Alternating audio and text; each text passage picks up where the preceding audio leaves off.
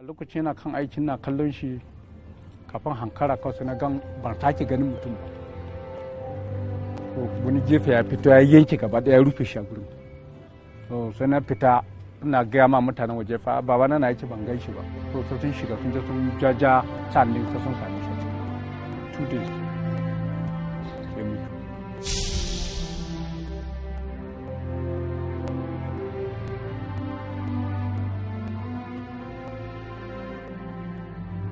Tin mining was done using mechanized equipment by the colonial companies. But then, when the policy changed in the 70s and in the 80s, and all the staffs that were there were retrenched, and these people had the experience of how to reach the minerals deposit and bring it out. It was only a matter of time. They were out of work for about a month, 2 months, 3 months before they started recruiting youth to assist them. And that formed the nucleus of informal miners in this country. This work we are doing here is profitable to almost all of us, anybody you see here.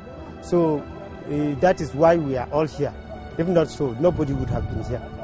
In many parts of the world where there's been intensive solid mineral extraction, there's been big challenges on environmental issues, water bodies being poisoned by toxic chemicals, all kinds of diseases as a result of this, and of course poverty in the area, the territories. Lokacin da tura suna nan da tashi wa mu yara mata ba sa wannan aiki, amma zuwa irin su late 80s din nan da tura suka tafi sai mata suka so mai yin lamban gudu. Aiki na mun zo don mu dinga kwashe kusan da an cire daga cikin rijiya mu taimake mazan mu kwashewa don inda sun cire ba za su iya su kwashe zuwa wurin da ruwa yake ba, sai mu muna kwashewa mu kai inda ruwa yake don a wanke.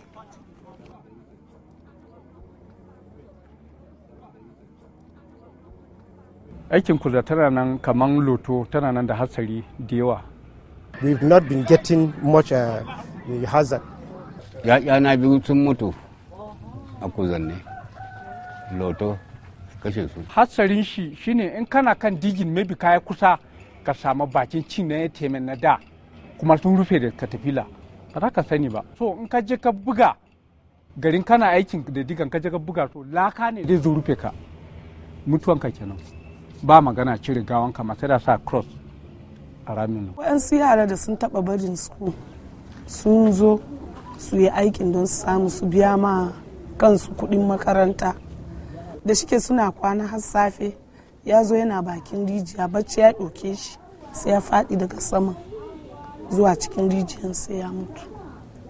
If these people are trained on how to go out prospecting, they will not devastate the land because they don't know the location of these minerals, and that's why they just dig haphazardly in order to come across it.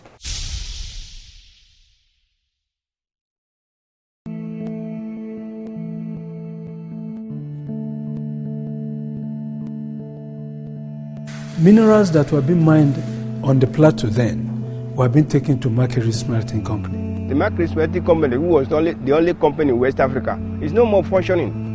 A Mercury Smelting Company would smelt the cassiterite to 99.9% of tin before it is exported. The advantage there is that the byproduct that comes with tin is harnessed there. You have gold, you have silver, you have other precious metals. I would actually prefer that these mines get properly decommissioned and shut down. But just hypothetically, because of the poison, the toxic nature, the fact that you have a resource does not mean that you must exploit it.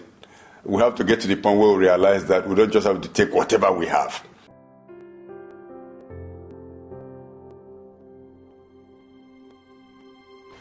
Environmental impact is a big problem.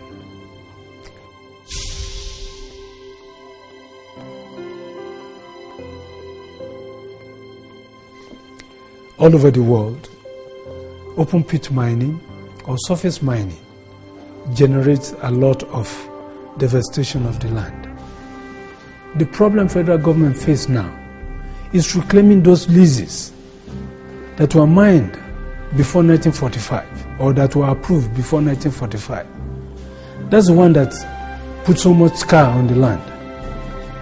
Reclamation is another cost which should be brought into the mine planning. When you are initially planning how to start the mine, you have to think about closure, because children go in there, they want to swim and they get drowned.